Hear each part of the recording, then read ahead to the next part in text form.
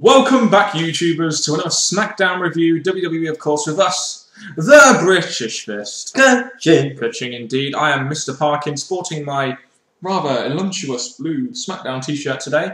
And this guy sitting next to me, rubbing his fingers in anticipation, it's NJ. What's up? What's up, NJ? What's up to you guys out there? Remember to subscribe up above, like this video, and comment your thoughts on the Smackdown down in that comment section below. And make sure you contact us in the link in the description box below. Yeah, and also make sure to check out our Good and Bad of the Week podcast, where we analyse every show of the week and compare which show we thought was best. So definitely check that out on Sunday, I would say. Check that out. It's good get back and forth between me and NJ. Isn't it? Kind of like we get in the reviews, but in an audio format, so you don't have to see us. There we go. We'll open the show. They open the show this week with Cody Rhodes versus Randy Orton in a street fight.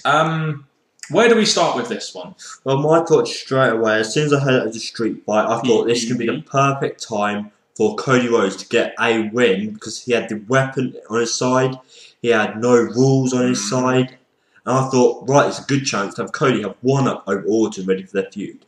I enjoyed SmackDown opening up with a match. I thought that was good. I just question, while this is a good opener, and it was a good match, it lasted, what, 16 minutes, it got a good time. It wasn't the best of street fights, but it was a good, brutal brawl, I thought. I just wonder now what this is doing to the Orton-Rhodes feud. It's a feud that I did want to see, that I wanted to see go a bit long-term, maybe have the IC belt in there, but it kind of looks like now they're kind of putting an end to this rivalry. Well, the fact that, after, like I said, if they made Cody win, I think Orton would want to get his revenge by having a later on match. Yeah. The fact they've had Orton win in such a big match, I think they are trying to say, right, this one, we don't know what we're going to do with this. We can't make Orton lose to Cody or whatever like that, so we'll just finish it roughly like this. Do you know, I give TNA shit for putting matches I feel that should be on pay-per-view on TV. I think this match could have been a very, very good on a pay-per-view at some point. Not a Survivor Series. I feel that would have been... They got a 5-on-5 match for that, but I think at a pay-per-view in the future, I would like to have seen this match end the feud rather than on free TV. Just putting it out there. I said the same for TNA. I'm going to say the same for WWE. I think with this, the way they performed, again, there was a few pots in this I was unsure about, but again, it could have been a good pay-per-view match. It definitely could have been a good pay-per-view match. We end really with Orton on top. What more did we expect from the rivalry between Orton and Rhodes? I really wanted them to put Rhodes over. While Rhodes did look competitive in the match, at the end of the day, Orton wins again. He had 2 matches and never won one. It's like, really? Orton took great advantages in this match to get his upper hand. There was times when you thought he got close to 3 count, which I thought was good, because you need that to see to make Cody look quite strong against Orton. But at the end, like Dan said, Orton was going to come out on top. Then Orton bags Rhodes, and that really kind of signifies to me that's the end of the feud. But who knows what's going to happen? I'd like to have seen this as an IC title feud, but based on the segment we saw later, I think there might be another feud being in line with the Cody Rhodes. But there we go. It'll be interesting to see where this goes now. Is it going to end? Will it continue? I guess we'll find out on Raw or SmackDown. That's very true, yeah. We then had, oh, for fuck's sake, we then had a video segment for Nash and Triple H. Usual SmackDown time. Yeah. Do we need this? No. Does it waste time? Yes. Why? Just because Triple H is injured, it doesn't mean he has to be featured on TV every fucking week. Again, with this part, I think after a good match, they gave us this. I'm kind of thinking, yes, we've seen it on Raw, but it weren't needed. Yeah, do you know what was worse for me about this segment? Is the fact that you had that CM Punk segment where he's on Nickelodeon, and his character is based around, like, you know, anti-establishment and all that kind of shit. And it shows you how much they shit on the CM Punk character when he's doing Nickelodeon, PG. He's supposed to be the edgy character, the guy that the adults are supposed to be able to get behind. And he's doing a fucking Nickelodeon thing. It's just fucking up his character. Not that WWE fucked it up enough. I guess they're trying to make him a face, so they put him on these kiddie things. But other than that, I just don't think it was the best for Punk. Because, yes, he did these funny attacks in it, but to be honest, he says he was doing it for the fans, but to be honest, when some fans look at it, they don't agree with it. This is what PG is doing to CM Punk. But there we go. We'll move on. Next, we had Ted DiBiase versus Tyson Kidd. Ted DiBiase, you know the thing is here, is if Ted DiBiase had proper build and stuff, I feel I would have liked this match. But the problem is, when have we seen him? Other than the night before Night of Champions, and he's just gone off TV? It's like, yes, it's a good introduction match to him, but where the fuck has he been? You know, fucking hell. Well, Dan, there's only one thing I could say. What? I come from money. Yeah, whatever. Basically, it looks like they're building Ted DiBiase for maybe another feud with Rhodes. If so, this is a good sort of match to start in with. Tyson Kidd, even though it got 2 minutes, it was essentially a jobber match. I'd have liked to have seen this match go on a bit longer, be a little bit more competitive, just as Ted DiBiase's first match back as a major face. Well, with Ted DiBiase, he's been out for a while, so I think, to be honest, for a comeback match after his short period of disappearance, he should have had a bit of a longer match to bring him back into wrestling. I just feel that they should have included him on SmackDown at some other points, maybe. I don't know. Whatever. We'll see what comes of the Ted DiBiase character as a face. He's a face now. That's probably the best thing for him, going against maybe a Cody Rhodes for the IC belt. Who knows? We then have a backstage segment where Henry talks about not giving Big Show a rematch. And then he runs into Daniel Bryan. Continues to bully him. And bully him. And I see eyeballing me. Yeah, exactly. And my whole issue with this is I like this because Daniel Bryan is getting involved with Mark Henry. But why would you bully a guy that could cash in on you at any point with that Money in the Bank briefcase? It just doesn't really make logical sense. Well, as much as that doesn't make sense, Daniel Bryan did look scared of Mark Henry, do he? No. I won't going to hit you. No, well, they announced a main event between Daniel Bryan and Mark Henry. Now, this is a main event which I didn't mind, and we'll get onto that when the main event comes. Daniel Bryan challenging Henry. There we go. It could be good. Next, we get to a Divas segment. Do we really give a shit? It's Alicia Fox versus Natalya. My issue again, it's filler. Is Alicia Fox and Natalya going to be on the pay-per-view? No. It's Beth Phoenix versus Eve Torres. Why are they on here? At least, if you're going to have a shit segment, have people involved at the pay-per-view so you can help build that up, rather than just filler like this. The thing about this match is that Natalya used to be a part of the Hart Dynasties, and she was huge in that. She was a big, we all respected her in that. And then she came to a single diva, and to be honest, this is a perfect example of how bad she's become. I just think it's horrible. Divas of joke, I think. I just don't understand giving Alicia Fox the win here, and she's not really part of the pay-per-view. Natalya needs to... I don't know, it's just stupid. I think she just... And the crowd was dead. What was the point? Pointless match. Just move on. Yeah. We had a promo from Big Show. He comes out and says that him and Henry have unfinished business. Very simple and to the point. I thought it was nice they included the Big Show. I always enjoy SmackDown at least putting out a couple of promos there to develop some storylines, to have Big Show come out. Was a nice promo, but then he gets interrupted by Christian, talks about himself deserving a one more match, and I was thinking, oh my god, is there going to be a normal contendership match? If I didn't read the spoilers, that's what I'll be thinking, brother. The thing is, from past SmackDowns, we've seen how bad Christian can ruin promos. And he comes out and has his say, and I'm thinking, we all know what you're going to say, Christian, and to be honest, move on now, go back to mid-card, and there's other ones like Big Show who should step up. Go back to putting people over. Good idea. Basically, Big Show comes out, Big Show chokeslams him. This was just the fact that this kind of went from this segment to the next segment. It kind of flowed all right, but I'm not sure why Christian was involved in a segment with Big Show as a main eventer. But the whole story was that Big Show chokeslammed Christian and he can't compete in his match. And I'm just like, really? One chokeslam does that? Really? That's just not believable for me. Maybe a knockout punch, not a choke slam. No, the way Christian was, I thought something's going to happen. The way he's just pretending he's hurt, yeah. But what it led into was actually quite good. You had Wade Barrett coming out saying, you know, I've got a suitable replacement. It's me. And I was like, yes, that's more like it. So we had Wade Barrett versus Sheamus. And the Wade Barrett barrage continues. Good match. I enjoyed this match. It's a match I would love to see on a pay-per-view further down the line between these two. Maybe for that World Heavyweight strap. That is very true. It would be a good match to see because obviously these two are two good brawlers like we've said many times in the past. And the way they performed in this, it was nicely done. They both looked strong. Wade actually started to look like a main eventer again, so I thought this match was nicely done. I did think the booking in this was quite good too. You had Barrett winning by a distraction by Christian, so you have Barrett's winning streak continuing, but also developing the storyline between Christian and Sheamus, however further they're going to go on with it. So the booking was quite good there, and the fact you gave Barrett the win, and you also continued the storyline.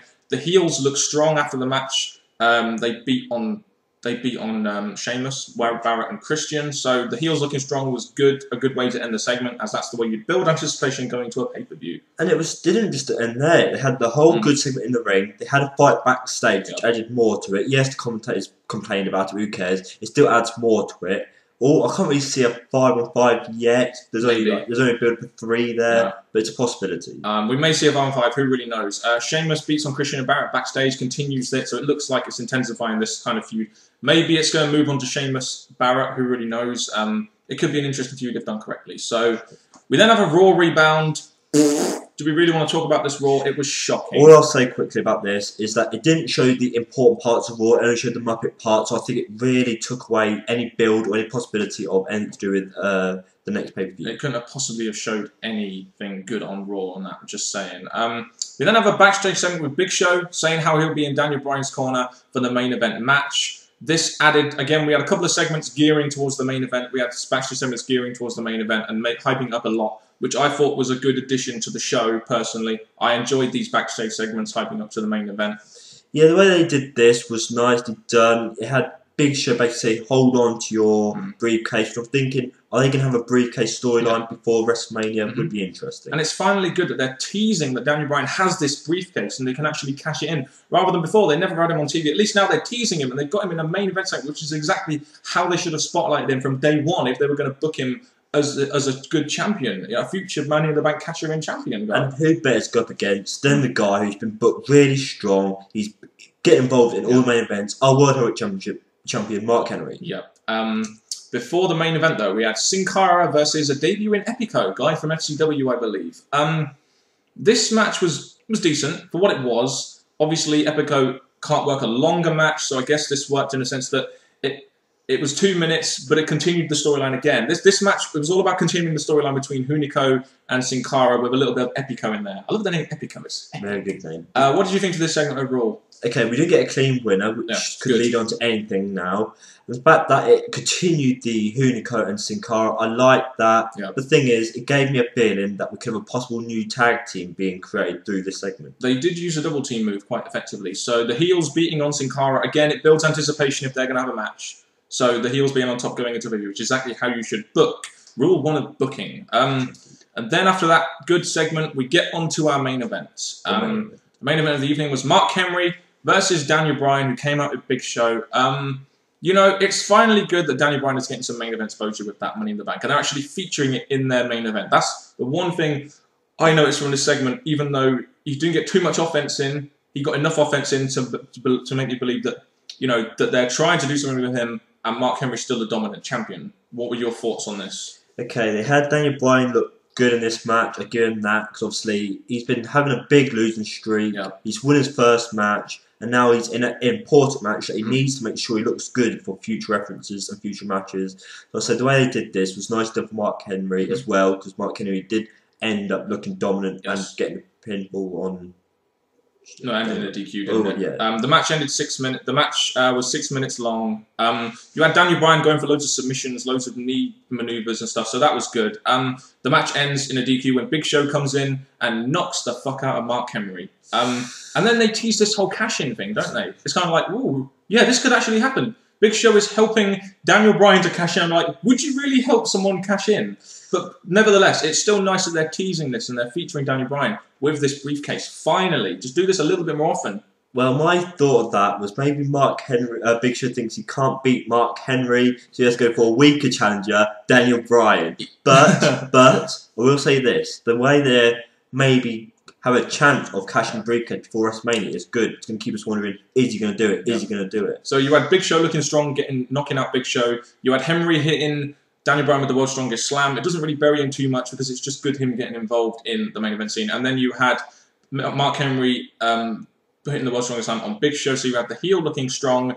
You had a little bit of Show looking strong, Henry looking strong. Daniel Bryan featured in a match which continues the storyline going on to Survivor Series, as we found out later on. So for me, I enjoyed this main event and the way it was booked. I thought it was a great way to end the show. It's also finally doing some justice to Daniel Bryan. Now he's got that Money in the Bank briefcase. I think they've done justice with this. They've made it a good main event. They've got actually the World Heavyweight Championship in the main event instead of having other matches. They've actually made this the main event, which I liked. Yep.